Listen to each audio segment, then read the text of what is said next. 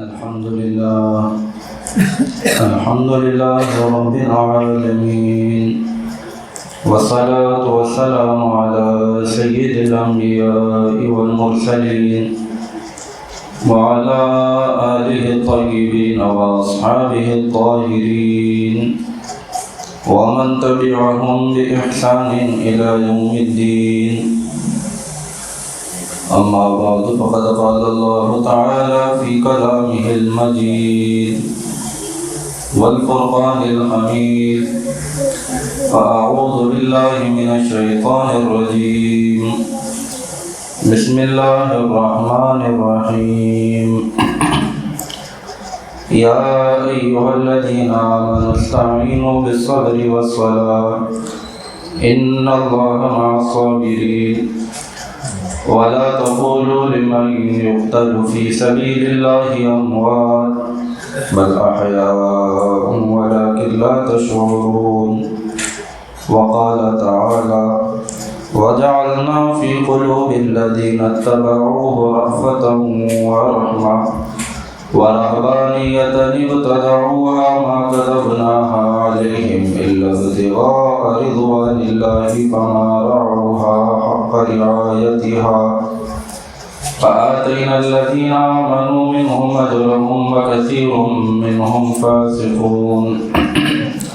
صدق الله العظيم. محترم اور مکرم سامعین کرام، اللہ سبحانہ و تعالی نے مختلف اوقات کو مختلف اوقات پر فضیلت عطا فرمائی ہے. وہ فضیلت کے مواقع ہماری زندگی میں بار بار آیا کرتے ہیں اور عقل مند لوگ اس کے رحمتوں اور برکتوں سے فائدہ اٹھا لیتے ہیں، اور جو محروم القسمت ہیں ان مواقع کو بھی ضائع کر دیتے ہیں اور کچھ خاص فائدہ ان کی زندگی میں اس وقت کے آنے کا نہیں ہوتا. اور یہ بابرکت اور فضیلت والے اوقات میں سے احادیث شریفہ میں جو بیان کیا گیا ہے، ایک عاشورے کا دن ہے. فضیلت والا دن ہے، اہمیت والا دن ہے. ابتدائے اسلام سے بلکہ اسلام سے پہلے سے اس دن کی اہمیت رہی ہے. رسول اللہ صلی اللہ علیہ وسلم نے احادیث شریفہ میں اس دن پیش آنے والے اہم واقعات کا ذکر فرمایا ہے جو مختلف انبیاء علیہ السلام کے ساتھ ان کے زمانوں میں پیش آئے ہیں. حضرت آدم علیہ السلام سے لے کر کے حضرت عیسیٰ علیہ السلام تک جتنے جلیل القدر پیغمبر گزرے ہیں، جن کا ذکر قرآن شریف میں آیا ہے، جن کے معجزات قرآن شریف میں بیان کیے گئے ہیں، اکثر کے ساتھ جو اللہ کی مدد آئی ہے، اہم واقعات پیش آئے ہیں، وہ اس 10 تاریخ کو پیش آئے ہیں، محرم الحرام کی. تخلیق آدم علیہ السلام کے بارے میں نبی پاک علیہ السلام نے بیان فرمایا ہے کہ اس دن ہوئی ہے. نوح علیہ السلام کی کشتی طوفان آنے کے بعد جو اسے کنارہ ملا ہے، جودی پہاڑ پر رکی ہے، تو وہ یہی دن تھا. ابراہیم علیہ السلام کی حقانیت لوگوں پر واضح ہوئی ہے کہ یہ اللہ کے پیغمبر ہیں، اللہ کے تائید یافتہ ہیں، اور تمام لوگوں نے دیکھا کہ آگ میں جھونکے جانے کے باوجود یہ آگ ان کے لیے گلزار بن گئی اور ان کا نقصان نہ پہنچا سکی. ابراہیم علیہ السلام کی زندگی کا یہ اہم واقعہ بھی اسی تاریخ کو پیش آیا ہے. حضرت سلیمان علیہ السلام کی سلطنت، جس کا ذکر قرآن شریف میں اللہ تعالیٰ نے کیا ہے کہ ایسی سلطنت ان کے بعد کسی کو نہیں ملی. وہ سلطنت جو حضرت سلیمان علیہ السلام کو عطا کی گئی، وہ دن اور تاریخ بھی یہی رہی ہے. حضرت ادریس علیہ السلام کے ساتھ جو واقعات پیش آئے، یا حضرت یونس علیہ السلام کو مچھلی کے پیٹ سے نجات ملی، فرعون غرق ہوا، بنی اسرائیل کو نجات ملی. یہ عیسیٰ علیہ السلام کی پیدائش ہوئی ہے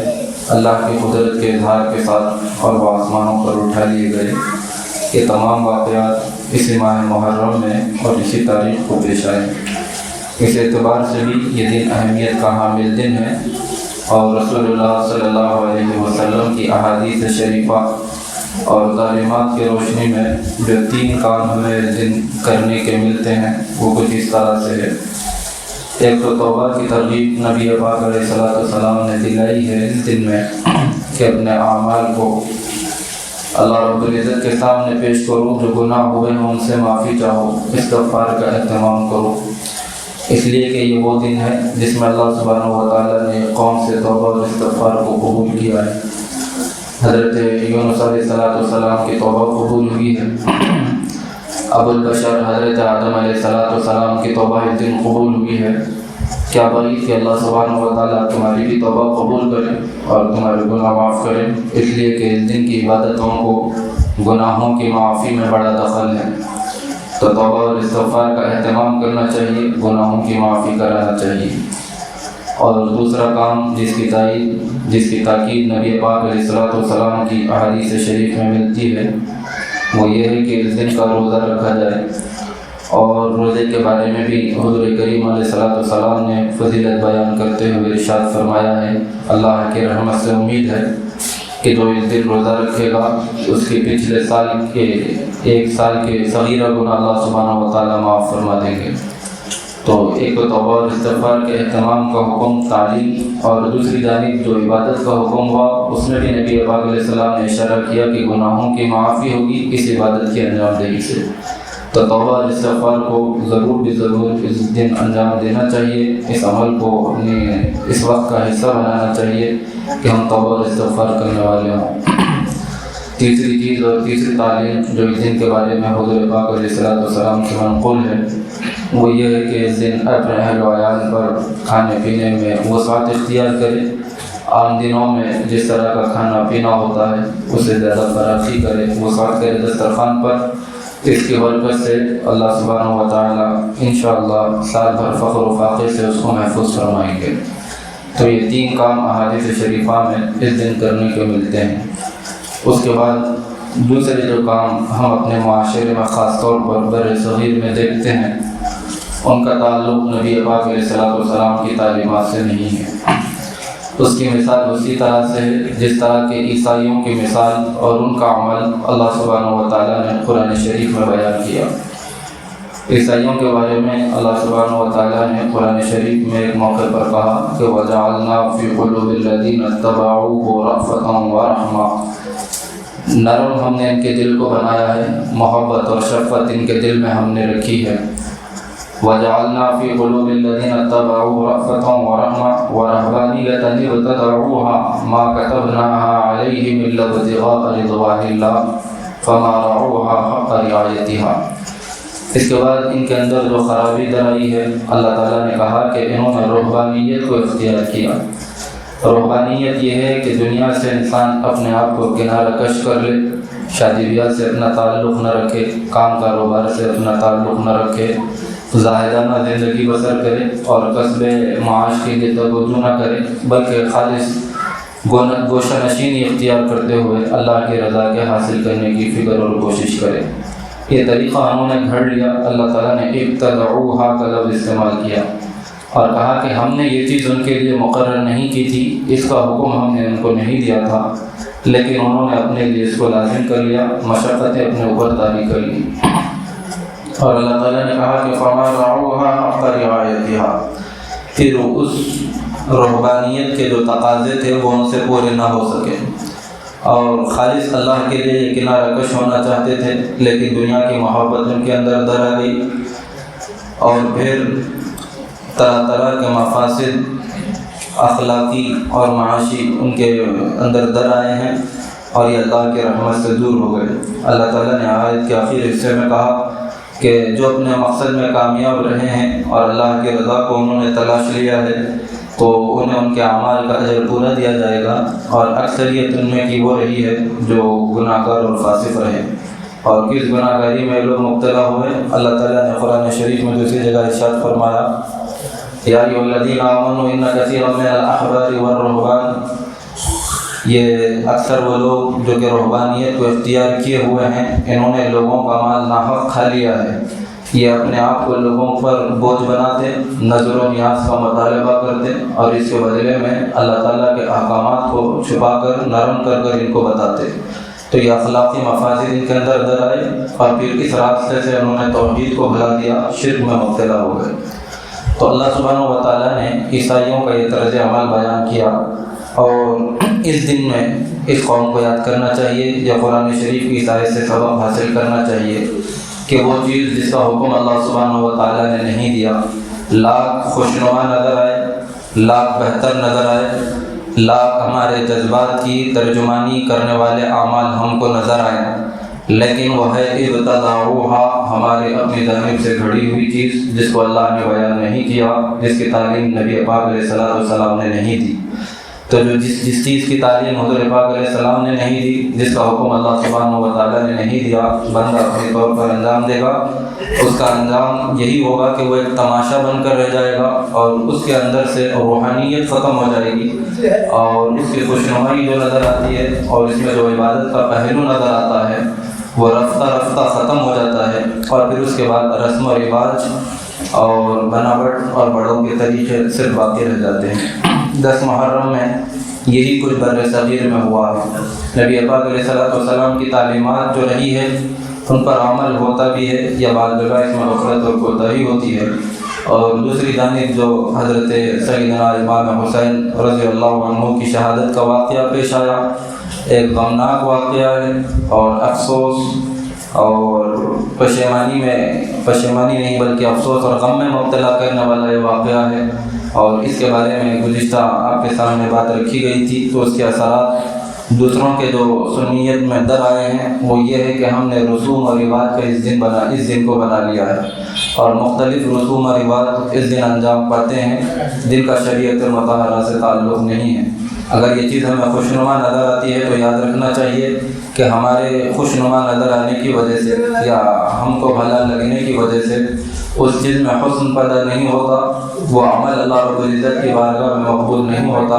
بلکہ وہی عمل اللہ رب العزت کی بارگاہ میں مقبول ہے جس کا حکم اللہ سبحانہ و تعالیٰ نے دیا ہے یا جو عمل رسول اللہ صلی اللہ علیہ وسلم کر رہا ہے۔ تو اس دن خاص طور پر اہتمام کیا جائے نبی پاک علیہ السلام کی تعلیمات پر عمل کرنے کا۔ جو 3 کام نبی پاک علیہ السلام کی طرف سے تعلیم کیے گئے انہیں پورا کرنے کی کوشش کی جائے، اور پھر اس کے بعد جو حضرت سیدنا امام حسین رضی اللہ عنہ کی شہادت کا واقعہ پیش آیا ہے، اس میں اگر انسان مغموم ہوتا ہے تو اسے غم کرنے کی اجازت ہے، یا یہ کہ وہ رنجیدہ ہوتا ہے تو اس کے ایمان کی علامت ہے، اہل بیت اطہار سے اس کی محبت کی نشانی ہے۔ لیکن عیسائیوں کی طرح بندہ اگر اس غم میں مبتلا ہو کر غیر شرعی رسوم اور رواج انجام دیتا ہے تو اس کی خطا گنجائش نہیں ہے اور اس کی اجازت نہیں ہے۔ غیر شرعی رسوم و رواج جن کو بندوں نے گھڑ لیا، جس طرح کے عیسائیوں نے چند اعمال گھڑ لیے اور جس طرح کے ان اعمال کو انہوں نے شریعت سمجھ لیا، اسی طرح اس امت میں لوگوں نے اس کو شریعت سمجھ لیا۔ جس طرح کے تعزیہ کرنا یا جلوس نکالنا یا علم پر جھٹی پیش کرنا، یہ اس فرقے کے کام ہیں جو دوسرا فرقہ کہلاتا ہے، اور یاد رکھنا چاہیے کہ انسان اس قدر غفلت میں مبتلا ہے ان واقعات کے بارے میں، جبکہ یہ وہ چیزیں ہیں جن کا تعلق عمل سے ہے، عقیدے سے ہے، جس کو یاد رکھنا چاہیے، جسے سمجھنا چاہیے۔ جو کام ہمارے کرنے کے ہوں وہ کرنا چاہیے، جو کام غیروں کی پیداوار ہو اسے چھوڑنا چاہیے۔ اور جیسا کہ گزشتہ کہا گیا تھا کہ رسول اللہ صلی اللہ علیہ وسلم کے اس دنیا سے پردہ فرما جانے کے بعد امت 2 دھڑوں میں تقسیم ہو گئی، ایک شیعہ علی کہلائے یا دوسرے سنی کہلائے۔ تو یہ لوگ غم کرتے ہیں حضرت سیدنا امام حسین رضی اللہ عنہ کی شہادت کا، اور ہم کو بھی غم ہے نواز رسول صلی اللہ علیہ وسلم کی شہادت کا، اور ان کا ماتم کرنا یہ بتاتا ہے کہ ہم حضرت امام حسین رضی اللہ عنہ کے غم خوار ہیں، ہم ان کے غم میں مبتلا ہیں اور ماتم کرتے ہیں، سینہ کوبی کرتے ہیں۔ ہم تو اس معاملے میں شریک نہیں، اس قتل سے ہمارا لینا دینا نہیں ہے۔ جب امت میں 2 حصے رہے ہیں اور ایک فریق یہ کہتا ہے کہ ہم اس جرم کا ارتکاب نہیں کیے ہیں، ہمارا تعلق اس کام سے نہیں ہے، تو ظاہراً وہ یہی کہتا ہے کہ جب میں اس سے بری ہوں تو دوسرا ضرور اس میں شامل ہے۔ 2 آدمی موجود ہیں اور ایک کہتا ہے کہ مجھ سے یہ کام نہیں ہوا ہے، تو وہ پوشیدہ انداز میں، چھپے ہوئے انداز میں یہ کہنا چاہتا ہے کہ یہ کام دوسرے آدمی نے کیا، تو یہ ماتم کا یہی حال ہے کہ یہ کہتے ہیں کہ ہم نے یہ کام نہیں کیا تو ہم پر الزام دیتے ہیں، اور سنیت اس قدر غافل ہے کہ ہم اس تماشے کو دیکھنے کے لیے جاتے ہیں اور ان کی واہ واہ کرتے ہیں، تو گویا کہ یہ الزام اپنے سر لیتے ہیں۔ یاد رکھنا چاہیے کتنا بڑا الزام ہے یہ جو نواز رسول کی شہادت کا ہمارے اوپر تھوپا جا رہا ہے، تو اس سے اپنے آپ کو بچانا چاہیے، ان تماشا گاہوں سے اپنے آپ کو، اپنی نسلوں کو بچانا چاہیے۔ غم منانا ہو تو اس طرح سے غم منایا جائے جس طرح کہ رسول اللہ صلی اللہ علیہ وسلم نے غم منایا ہے۔ اگر دل کو تکلیف پہنچی ہے تو آنکھ سے آنسو نکل جاتے ہیں، اگر آنکھ سے آنسو نکلتے ہیں تو اس کی گنجائش ہے، لیکن اس پر نوحہ کرنا، سینہ دنی کرنا، تعزیہ کرنا یا علم نکالنا، اس پر جھٹی پیش کرنا، یہ تمام بدعات و خرافات ہیں، اور یہ ہمارے نہیں دوسروں کے کام ہیں۔ تو جو اپنے آپ کو اہل سنت سے قرار دیتے ہیں انہیں ان تمام خرافات سے بچنا چاہیے اور اپنی نسلوں کو بھی بچانا چاہیے، اور پھر اس کے بعد اس سے بچتے ہوئے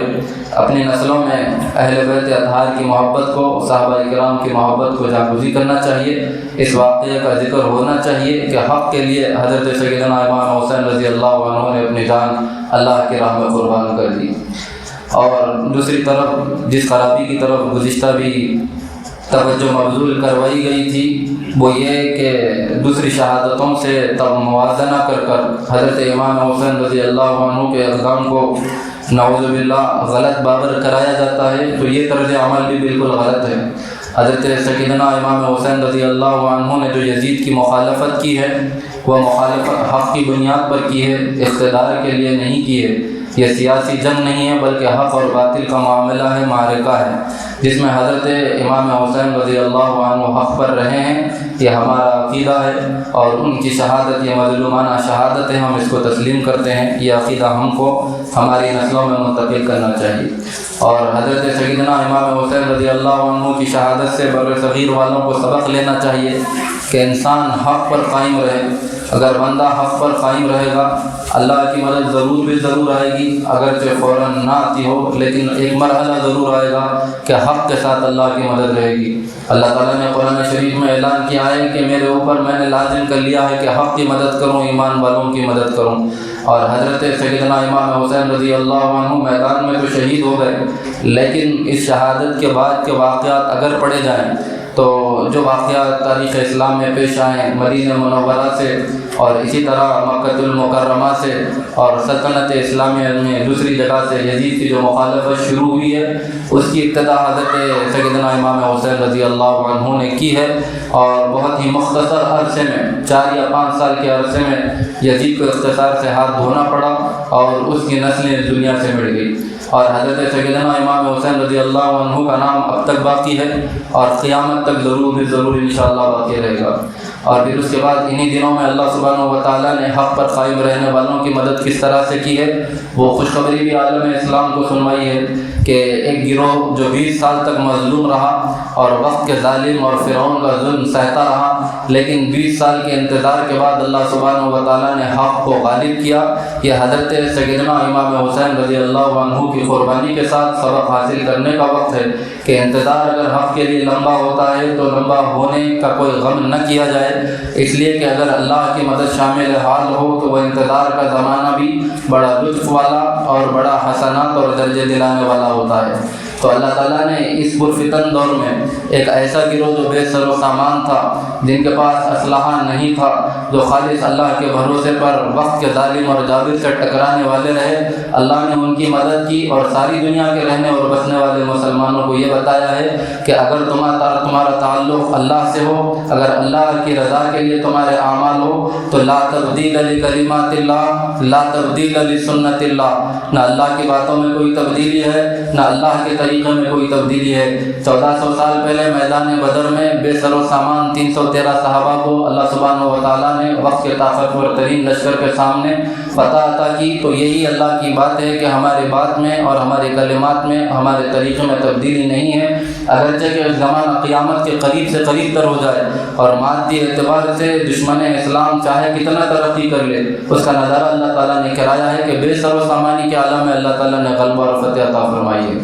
تو جہاں پر ہمارے لیے آزمائش کے دروازے کھولے جاتے ہوں یا آئندہ کھولے جانے کی سازشیں رچے جاتی ہوں، تو حضرت سیدنا امام حسین رضی اللہ عنہ کی شہادت اور حضرت سیدنا امام حسن رضی اللہ عنہ کے معاملات ہمیں یہ سکھاتے ہیں کہ تدبر اور فراست سے کام لیا جائے اور حق کے لیے اپنے آپ کو جمایا جائے اور حق کے لیے جان قربان کرنے کا جذبہ ہمارے اندر ہو۔ اگر ہم حضرت سیدنا امام حسین رضی اللہ عنہ کی شہادت سے اور حضرت سیدنا امام حسن رضی اللہ عنہ کی شہادت سے یہ سبق حاصل کرتے ہیں تو ہمارا ان کو یاد کرنا یہ ہمارے لیے باعث ثواب ہوگا یا ہمارے لیے دنیا میں کامیابی دلانے والا ہوگا، ہمارے معاملات کو درست کرنے والا ہوگا کہ جہاں پر ہم اسوہ حسن رضی اللہ عنہ سے تدبر سیکھیں اور مصلحت کو سیکھیں تو وہیں حضرت سیدنا امام حسین رضی اللہ عنہ کے اسوے سے حق کے لیے اپنی جان کا نذرانہ پیش کرنا سیکھیں۔ یہ دو عمل اگر ہمارے ساتھ ہوں گے، یہ دو اسوے ہمارے ساتھ ہوں گے تو پھر دنیا میں کوئی طاقت وہ نہیں ہے جو مسلمانوں کا اسلام کو زیر کر سکے، یا دنیا میں کوئی ایسا نظام نہیں ہے جو اسلام کو پست کر سکے، اسے مغلوب کر سکے۔ یہ اس واقعے کا سبق ہے جو اس موقع سے ہمیں یاد کرنا ہے اور اس سبق پر عمل کرنا ہے اور دین اسلام سے اپنی وابستگی کو مضبوط سے مضبوط بنانا ہے۔ یہ حضرت سیدنا امام حسین رضی اللہ عنہ کی شہادت کا سبق ہے، جس طرح کہ انہوں نے حالت سجدہ میں اپنی جان اللہ رب العزت کے سپرد کی ہے اور جس طرح کہ ان کی گھر والی عورتوں نے عین میدان جنگ میں جبکہ مردانہ اور جوان بچے میدان کاردار میں شہید ہو رہے تھے، خیمے سے کوئی خاتون باہر نکلی ہو کسی روایت میں نہیں ملتا ہے۔ تو مردوں کے لیے جہاں پر سجدے کا حکم ملتا ہے وہیں خواتین کے لیے اس معرکے میں پردے کا حکم ملتا ہے، اور یہ دونوں کام ہیں جس سے امت غفلت میں مبتلا ہے۔ اور مردوں کو اگر دیکھا جائے تو اللہ رب العزت کے احکامات کی تعمیل میں اس قدر غفلت اور کوتاہی کہ نمازوں کی نمازیں ہم سے غائب ہو جاتی ہیں، اور حضرت سیدنا امام حسین رضی اللہ عنہ ہیں کہ پیاسے ہیں اور مظلومانہ ان کی شہادت ہے، اس کے باوجود نماز کا وقت ہوتا ہے تو زخمی حالت میں ہونے کے باوجود اللہ رب العزت کے آگے سجدہ ریز ہو گئے اور ظالموں نے اسی حال میں انہیں شہید کر دیا۔ اور دوسری طرف خواتین کا جو عالم ہے کہ اسلامی احکامات جتنا انہیں بتلایا جائے، پردے کی جس قدر انہیں تعلیم دی جائے اور اللہ کے احکامات بتلائے جائیں، لیکن ایک طوفان بدتمیزی اور بے حیائی ہے کہ جو در آیا ہے اور مسلمان خواتین اپنے آپ کو مسلمان کہلواتے ہوئے پردہ کرنے سے عار محسوس کرتی ہیں۔ یا پردہ اس طرح کا پردہ ہے جسے پردہ کہا نہیں جا سکتا۔ رسول اللہ صلی اللہ علیہ وسلم نے قیامت کی نشانیوں میں سے ایک نشانی بتائی ہے کہ کثرت لباس کے باوجود بھی عورت یہ برہنہ نظر آئے گی، اسی طرح کا زمانہ آ چکا ہے۔ تو یہ معرکہ کربلا ہمیں سبق دیتا ہے کہ نوع انسانی میں چاہے وہ مرد ہو یا عورت اس سے سبق حاصل کریں اور اسلام سے اپنی وابستگی کو مضبوط کریں کہ حضرت امام حسین علیہ السلام نے جس طرح سے اللہ رب العزت کی فرما برداری آخر وقت تک کر امت کو سبق دیا ہے، اور جس طرح ان کی گھر کی خواتین نے اللہ کے احکامات کی پابندی کرتے ہوئے قیامت تک آنے والی مسلمان عورتوں کو سبق دیا ہے۔ اگر ان سے محبت ہے، اگر ہمارا حشر ہم ان کے ساتھ کر قیامت کے دن چاہتے ہیں تو ان کے عمل کو بھی دیکھنا ہوگا اور ان کے عمل کو اپنانا ہوگا،